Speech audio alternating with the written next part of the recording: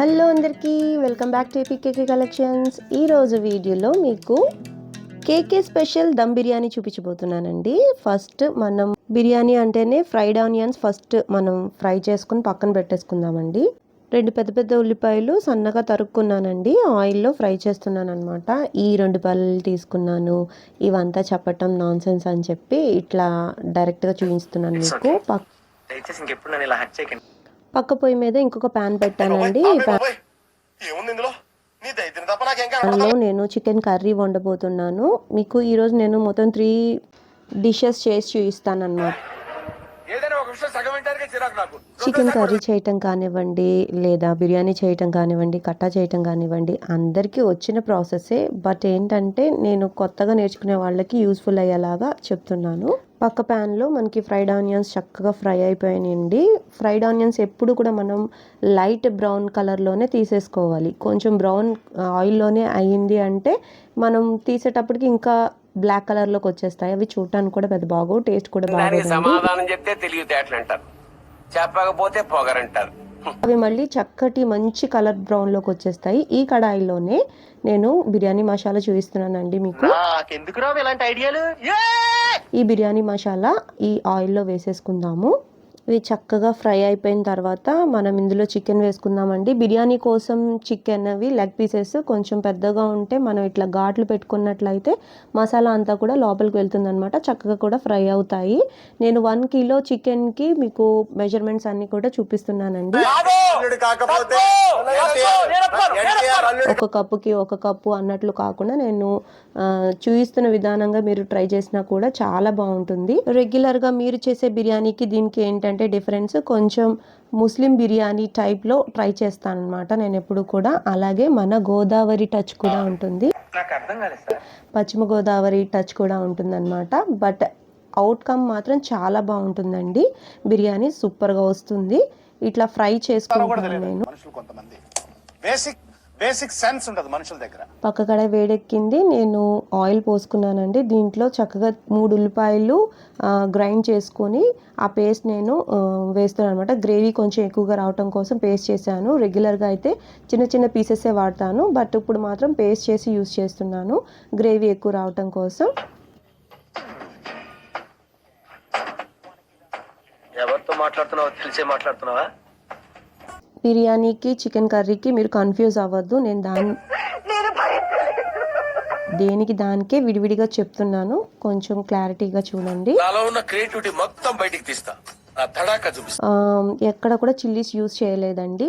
Just నేను బిర్యానీ ఆకు, కొంచెం బిర్యానీ మసాలా వేస్తున్నాను. బిర్యానీ మసాలా అంటే నేనేమి ఎక్కువ యూజ్ చేయను. ఇలాచీను, చెక్క, లవంగా వేస్తాను అంతే.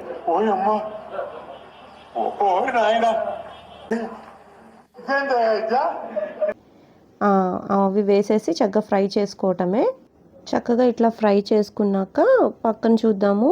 ఈ చికెన్ జాయింట్స్ ఇవన్నీ కూడా ఉప్పేద్దామండి. దీంట్లో వేగిన తర్వాత ఉప్పేస్తాను, ఎందుకంటే కొంచెం వేగిన తర్వాత వాటర్ అంతా పోతుంది కదా, అప్పుడు ఉప్పేసుకోవాలి. చక్కగా ఉప్పు వేసుకున్న తర్వాత అటు ఇటు తిప్పుకుంటే కొంచెం వాటర్ వస్తుంది అన్నమాట. బిర్యానీ కోసం యూజ్ చేసే ముక్కలు కొంచెం పెద్దవే తీసుకోవచ్చండి. పెద్దవి తీసుకుంటే ఫ్రై చేస్తాం కాబట్టి మసాలా అంతా కూడా చక్కగా పడుతుంది. బిర్యానీ కూడా మనకి బయట తిన్న ఫీల్లో పెద్ద పెద్ద ముక్కలతో వస్తుంది అనమాట. ఈ పక్కన చూస్తే మనకి కర్రీకి ఆనియన్స్ చక్కగా ఫ్రై అయిపోయాయి.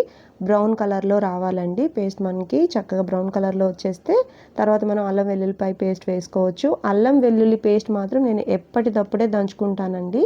లేదు మనం స్టోర్ చేసుకుంటే ఆ టేస్ట్ మారిపోతుంది. ఆఫీస్కి వెళ్తాం కాబట్టి తొందరగా అయిపోవాలని పేస్ట్ చేసి పెట్టుకుంటాం, కానీ టేస్ట్ మాత్రం బాగుండాలి అనుకుంటే అప్పటికప్పుడు అల్లం వెల్లుల్లిపాయ పేస్ట్ చేసిందే మంచి టేస్ట్ వస్తుంది.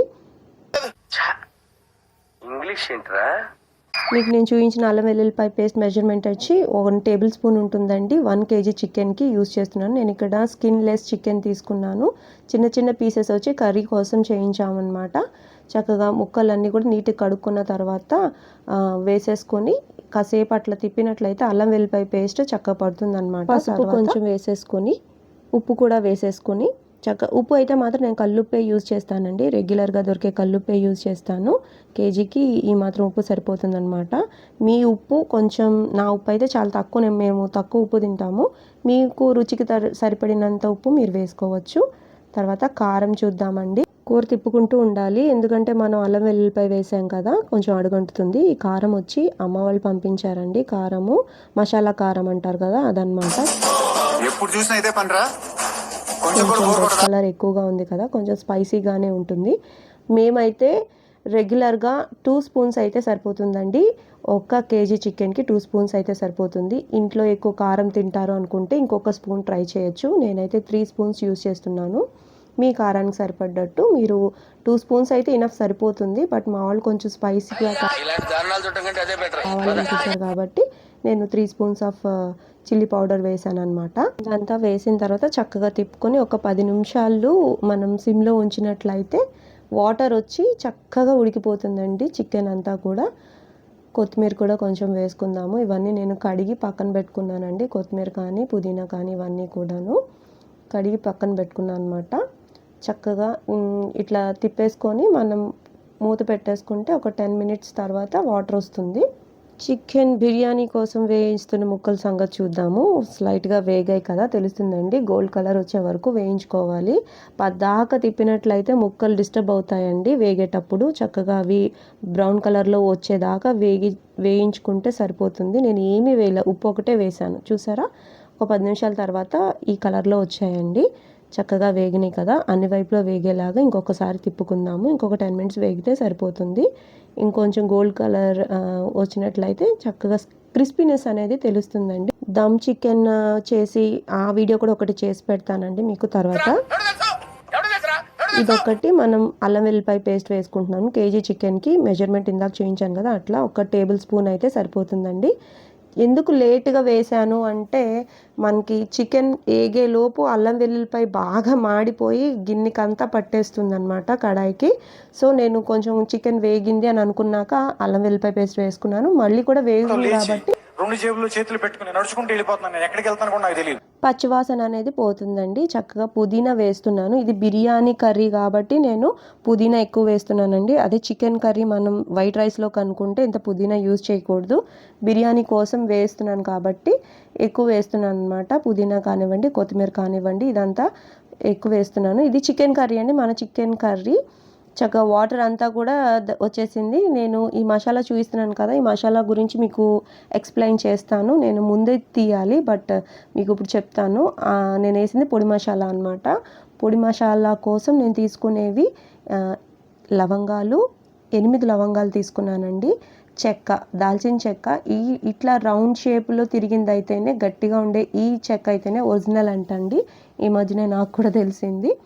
ఈ దాల్చిన చెక్క, అట్లాగే 2 యాలకులు తీసుకున్నానండి. ఈ యాలకులతో పాటుగా కొత్తిమీర, ఇంకా పచ్చిమిర్చి కూడా 4 పచ్చిమిర్చి కూడా తీసుకున్నాను.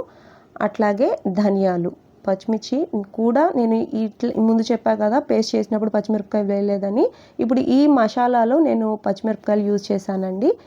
మీకు ఎందుకు అంటే గ్రేవీ ఎక్కువ రావటం కోసం పచ్చిమిర్చి అలా యూజ్ చేశాను. అలాగే ధనియాల పౌడర్ కూడా వేసాను అనమాట.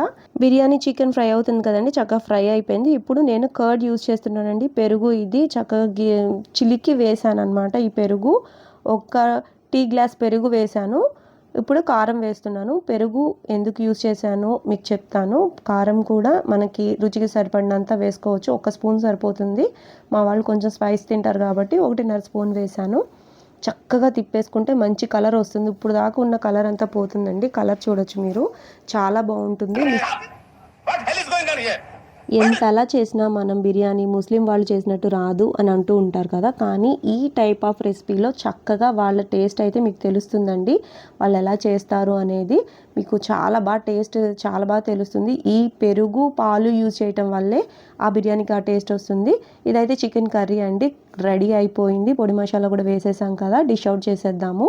చక్కగా చిన్న డిష్ తీసుకొని దానికి డిష్ అవుట్ చేసేద్దామండి. దీనికి చక్కగా మనం గార్నిష్ చేసుకోవచ్చు. గార్నిష్ కోసం నేను ఏమీ చేయట్లేదండి. చక్కగా కొంచెం కొత్తిమీర, పుదీనా పైన పెడుతున్నాను అంతే. ఇంకా అంతగా గార్నిష్ చేయడానికి కూడా ఏం లేదు, ఇంట్లోకే కదా. చక్కగా ఉంది కదా కలర్ఫుల్గా చికెన్ అయితే. డిష్ కంప్లీట్ అయిపోయింది కదండి. ఇది నెక్స్ట్ డిష్ వచ్చి మనం కట్టా తయారు చేసుకుందాము. శనగపప్పు నానబెట్టి ఉంచానండి, చక్కగా కడిగి పెట్టాను. ఈ చికెన్ వచ్చి చక్కగా కలర్ చూసారా, నేను చెప్పాను కదా మారిపోతుందని చెప్పి, ఎంత బాగుందో కదా, గ్రేవీ కలర్ వచ్చింది కదా. దీన్ని మనం బిర్యానీలో కలుపుకోవాలన్నమాట, అది కూడా చూపిస్తాను మీకు. ఇంకొంచెం డ్రై అయ్యే వరకు కూడా మనం పొయ్యి మీద ఉంచుకుంటే డ్రై అయిపోతే చక్కగా పీస్ చూడండి, యమ్మీ కదా, ఎంత టేస్టీగా ఉంటుందో. బిర్యానీకి స్టార్ట్ చేద్దాం వర్క్. బాండి పెట్టానండి, దీంట్లో మనం గీ వేసుకుందాము. నేను ఇంట్లో తయారు చేసిన గీ అండి ఇది. 2 టేబుల్ స్పూన్స్ తీసుకుందాము బిర్యానీకి. నేను 4 గ్లాసెస్ ఆఫ్ రైస్ కోసం బిర్యానీ చేస్తున్నానండి. ఈ 4 గ్లాసెస్కి చక్కగా అంటే 1 కేజీ అనుకోండి, 2 టేబుల్ స్పూన్లు నెయ్యి సరిపోతుంది. బిర్యానీ మసాలా నేను ఎక్కువ ఏమీ యూజ్ చేయట్లేదు. ముస్లిం స్టైల్ బిర్యానీ కావాలి అనుకున్నాం కాబట్టి నేను అన్నీ కూడా మసాలాలు చాలా తక్కువ యూజ్ చేస్తున్నానండి. వాళ్ళ బిర్యానీ చాలా తక్కువ స్పైస్తో ఉంటుంది కదా. జీడిపప్పులు కూడా ముక్కలుగా చేసుకున్నాను. ముస్లిం స్టైల్ బిర్యానీలో వాళ్ళు ఎక్కువగా మసాలాలు యూజ్ చేయరండి. లవంగాలు, చెక్క, అల్లం వెల్లుల్లిపాయ పేస్ట్, అలాగే యాలకులు ఎక్కువ యూజ్ చేస్తారు. పుదీనా స్టైల్ మాత్రం మా ఫ్లేవరేనండి, నేను ఎక్కువగా యూజ్ చేస్తాను. పుదీనా ఎక్కువగా యూజ్ చేస్తే కొంచెం ఫ్లేవర్ బాగుంటుంది అనేది నా ఉద్దేశము. సో అల్లం వెల్లుల్లిపాయ పేస్ట్ చక్కగా వేగిపోయేదాకా వేయించుకోవాలి. ఇది నేను 1 అవర్ ముందు నానబెట్టానండి. బాస్మతి రైస్, రిలయన్స్లో తీసుకున్న రైసే ఇది. ఈ గ్లాస్తో 4 గ్లాసెస్ రైస్ వేసాను, అంటే 1 కేజీ రైస్ అనమాట. 1 కేజీ చికెన్కి 1 కేజీ రైస్ యూజ్ చేయొచ్చు. వాటర్ వచ్చి మనము 1కి 1.5 వేస్తానండి నేను, ఎందుకంటే ప్రీవియస్గా 1 అవర్ నానపెట్టాను కాబట్టి వేస్తున్నాను. ఇప్పుడు 5 గ్లాసెస్ ఆఫ్ వాటర్ వేస్తామన్నమాట. 4 గ్లాసెస్ నార్మల్ వాటర్ వేసేసాను. ఇంకొక గ్లాస్లో 1/2 గ్లాస్ వాటర్ తీసుకొని ఇంకా మిగిలిన 1/2 గ్లాస్ కూడా నేను పెరుగు వేస్తున్నానండి. పెరుగు వేసాను, సో కలర్ మారింది అందుకే అనమాట. మీకు కరెక్ట్గానే చెప్పాను. 1.5 గ్లాస్ నీళ్ళు వేయాలి, అందులో నేను 1/2 గ్లాసు పెరుగు, 1/2 గ్లాసు పాలు వేసాను అనమాట. ఇవి ఎక్స్ట్రా పాలు, పచ్చి పాలే యూస్ చేస్తానండి. చక్కటి ఫ్లేవర్ వస్తుంది. మీరు ఎక్కడ కూడా ఈ టైప్ ఆఫ్ రెసిపీ చూసి ఉండరు, ఎందుకంటే చాలామంది చెప్పరు పెరుగు వేసాం పాలు వేసామని చెప్పి. ముస్లిం స్టైల్ బిర్యానీలో ఇట్లానే వేస్తారండి. సో ఉప్పు కూడా వేసాను, తగినంత ఉప్పు కూడా వేసుకోవచ్చు. మూత పెట్టుకుంటే చక్కగా మరిగిపోతుందండి. మరిగిపోయింది కదా, చూడండి తెరులుతుంది. ఇప్పుడు మిర్చి వేస్తున్నానండి. 4 మిర్చి కోయకుండానే వేసేస్తాను, మూత పెట్టేసుకుంటాను. పక్కన పొయ్యి మీద మనకి కట్టా కోసం వెజిటేబుల్స్ ఉడుకుతున్నాయండి. శనగపప్పు చక్కగా ఉడికిపోయింది. దీన్ని నేను గ్రైండ్ చేసుకుంటాను, మిక్సీ పట్టుకుంటాను అనమాట. ఈ ఉడుకుతున్న వాటిలో పసుపు, కారము, ఉప్పు వేసుకొని అల్లం వెల్లుల్లిపాయ పేస్ట్ కూడా వేసుకొని ఉడకబెట్టుకోవాలండి. నేనైతే ఇప్పుడు సొరకాయ, టమాటాలు, పచ్చిమిరపకాయలు వేసాను. చక్కగా మిక్సీ పట్టుకున్న శనగపప్పు వేయాలి. పక్క పొయ్యి మీద చక్కగా మన ఎసరైతే చాలా బాగా మరిగిపోయిందండి. మనం బియ్యం వేసేసుకుందాము. నీళ్ళు అయితే అస్సలు చుక్క నీళ్లు లేకుండా వార్చుకొని వేసుకోవాలండి. నీళ్లు లేకుండా రైస్ ఒక్కటే మాత్రమే వేసుకోవాలి. ఇట్లా నేను చూపిస్తున్నట్లుగా పొడి పొడిగా రావాలన్నమాట. మెతుకులన్నీ కూడా వేసేసుకొని పొడి మసాలా మీకు నేను ముందు చెప్పా కదా, సేమ్ ప్రొసీజర్తో ఈ పొడి మసాలా కూడా కొత్తిమీర, పచ్చిమిర్చి, ధనియాలు, యాలకులు, చెక్క, లవంగాలు, మిక్సీ పట్టిన పౌడర్ అండి. ఇది పొడి మసాలా నేను ఇలాగే యూజ్ చేస్తాను. ఇది కూడా స్టోర్ చేయనండి. పక్క బాండీలో మనకి వెజిటేబుల్స్ ఉడుకుతున్నాయి కదండి, దీంట్లో నేను అల్లం వెల్లిపాయ పేస్ట్ వేసాను. 1/2 టేబుల్ స్పూన్ వేసానండి. చక్కగా మరిగిపోతుంది. గ్రైండ్ చేసిన శనగపప్పు కూడా వేసేసానండి. పేస్ట్ లాగా వస్తుందన్నమాట. నేను తక్కువ క్వాంటిటీకే చూపిస్తున్నాను. చక్కగా మరిగిపోతుందండి. ఇట్లా వాటర్ కలుపుకొని వేసేసుకోవచ్చు. కొంచెం టేస్ట్కి తగినంత చింతపండు పులుసు, ఉప్పు కూడా వేసేసుకుని మరగబెట్టుకోవాలి. పక్క బాండి చూద్దాము. మన బిర్యానీ ఎట్లుందో చూద్దామండి. వావ్, చూసారా వాటర్ అంతా కూడా కిందకు వచ్చింది, రైస్ గ్రెయిన్స్గా పైకి వచ్చింది అనమాట. ఈ టైంలోనే వాటర్ కిందకి వెళ్ళిన టైంలోనే మనం ముందు రెడీ చేసుకున్న చికెన్ అంతా కూడా వేసేసుకోవాలండి. ఏదైతే ఫ్రై చేసి కర్రీ టైప్లో తయారు చేసి ఉంచామో ఆ చికెన్ అంతా కూడా వేసేసుకొని చక్కగా తిప్పేసుకోవాలన్నమాట. యాక్చువల్గా లేయర్స్గా వేసే చికెన్ బిర్యానీలో ఏంటంటే చికెన్కి ఉన్న ఫ్లేవర్ రైస్కి పట్టదండి. నాకు అయితే ఈ టైప్లోనే బాగా నచ్చుతుంది. ఇప్పుడు ఈ కొంచెం ఉన్న వాటర్లో ఈ చికెన్ ఏదైతే ఉందో అది మగ్గుతుంది కాబట్టి ఆ ఫ్లేవర్ రైస్కి అయితే చాలా చక్కగా పడుతుందండి. చాలా బాగుంటుంది రెడీ అయిన తర్వాత. మీరు ఒక్కసారి ఈ టైప్లో ట్రై చేసి చూడండి. వాహ్ కేకే సూపర్ ఉంది బిర్యానీ అని మాత్రం అంటారు. ఇలా తిప్పేసుకున్న తర్వాతే మనం చక్కగా ఇంకొక టేబుల్ స్పూన్ నెయ్యి కూడా వేసుకోవచ్చు. బ్రౌన్ ఆనియన్స్ కూడా పైన చల్లేసుకోవచ్చు. బ్రౌన్ ఆనియన్స్, జీడిపప్పులు, ఇంకా నెయ్యి, అట్లాగే పుదీనా, కొత్తిమీర ఇవన్నీ కూడా వేసేసుకుని ఒకసారి తిప్పేసుకుని మూత పెట్టుకుంటే సరిపోతుందండి. నేను మిగిలిన పొడి మసాలా కూడా వేసేసుకున్నాను. చక్కటి ఫ్లేవర్ వస్తుందండి. మీకు వీడియోలో అయితే స్మెల్ తెలియట్లేదు కదా, ఈ నేను వండేటప్పుడు అయితే చాలా మంచి ఫ్లేవర్ వచ్చిందనమాట. సో ఇలా సర్ది పెట్టుకున్న దానికి మూత పెట్టేసుకున్నామండి. 20 మినిట్స్ వరకు మనం సిమ్లో ఉంచాలి. తర్వాత చూడండి రైస్ అయితే ఇట్లా వస్తుందన్నమాట. నేను డైరెక్ట్గా పొయ్యి మీద పెట్టకుండా బాండీని అట్ల పెనం మీద పెట్టానండి. పక్కనైతే చక్కగా కట్టా రెడీ అయిపోయింది. మరిగిపోతూ ఉంది. సూపర్ టేస్ట్ అండి, చాలా బాగుంటుంది. ఇంకా ఎక్స్ట్రా మసాలాలు ఏమీ వేయవసరం లేదు. ఈ బిర్యానీ కూడా రెడీ అనమాట. నేను సిమ్లో పెట్టుకున్నాను. సిమ్లో పెట్టుకొని దానిపైన మీకు అట్ల పెనం చూపించాను కదా, అట్ల పెనం మీద మనం బిర్యానీ బాండీ పెట్టుకోవాలండి. దానిపైన చక్కగా మూత కన్వీనియంట్గా మొత్తం అంతా కవర్ అయ్యేలాగా చూసుకొని ఎక్కడ మనకి ఆ వేడి అనేది బయటికి రాకుండా దానిపైన నీళ్ళ గిన్నె పెట్టానండి. వెయిట్ కోసం నీళ్ళ గిన్నె పెట్టాను. చక్కగా సిమ్లో ఉంచుకొని 20 మినిట్స్ వరకు కదిలించకుండా ఉంటే బిర్యానీ రెడీ అయిపోతుందండి. చూద్దాము. వావ్ రెడీ అయిపోయింది బిర్యానీ. కేకే స్టైల్ బిర్యానీ. వావ్ వావ్ ఎంత బాగుందో చూడొచ్చు మీరు. రెడీ అయింది అనుకోవటానికి ఆ రైస్ మెతుకు చూడండి ఎట్లా నుంచుందో, అట్లా ఉంటే బిర్యానీ రెడీ అన్నమాట. చూడొచ్చు ఫోటోలో ఎట్లా కనిపిస్తుందో. డిష్ అవుట్ చేద్దాము. మా వాడైతే పసందుగా రెడీ అయిపోయాడు. మీరు కూడా ట్రై చేయండి. Super recipe. Thank you.